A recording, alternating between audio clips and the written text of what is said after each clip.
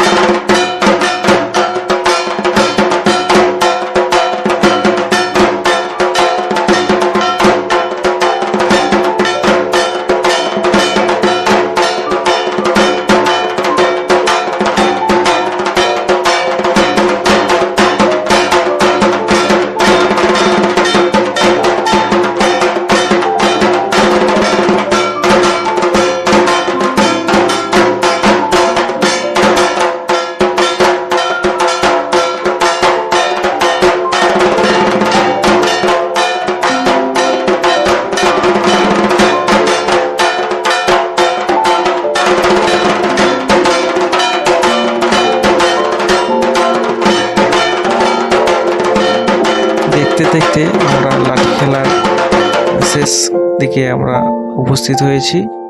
তো যেহেতু সন্ধে হয়ে গেছে, তাই আমরা আর বেশিক্ষণ না ওয়েট করে এবার আমরা বাড়ির দিকে রওনা দেব। তো কথিত আছে কোন এক জমিদার নাকি এখানে এই লাঠি খেলাটা প্রচলন করেছিল।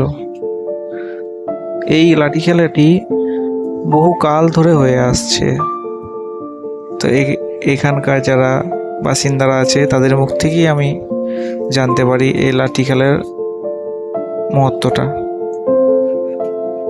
তো আমরা যেহেতু সন্ধে হয়ে গেছে, আমরা আস্তে আস্তে সেই লাঠি খেলাটার শেষ দিকে চলে এসেছি।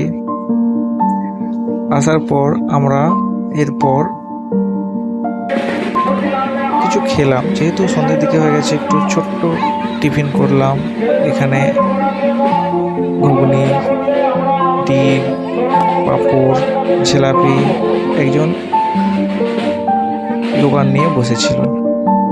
তো তার কাছ থেকে আমরা সব খেলাম। তো এই ব্লগটি কেমন লাগলো আপনারা জানান কমেন্টে, এবং যদি পছন্দ হয় তাহলে সাবস্ক্রাইব করে লাইক করে দেবেন। দেখা হচ্ছে পরবর্তী ভিডিও। ভালো থাকবেন, সুস্থ থাকবেন, সবাইকে ভালো রাখবেন।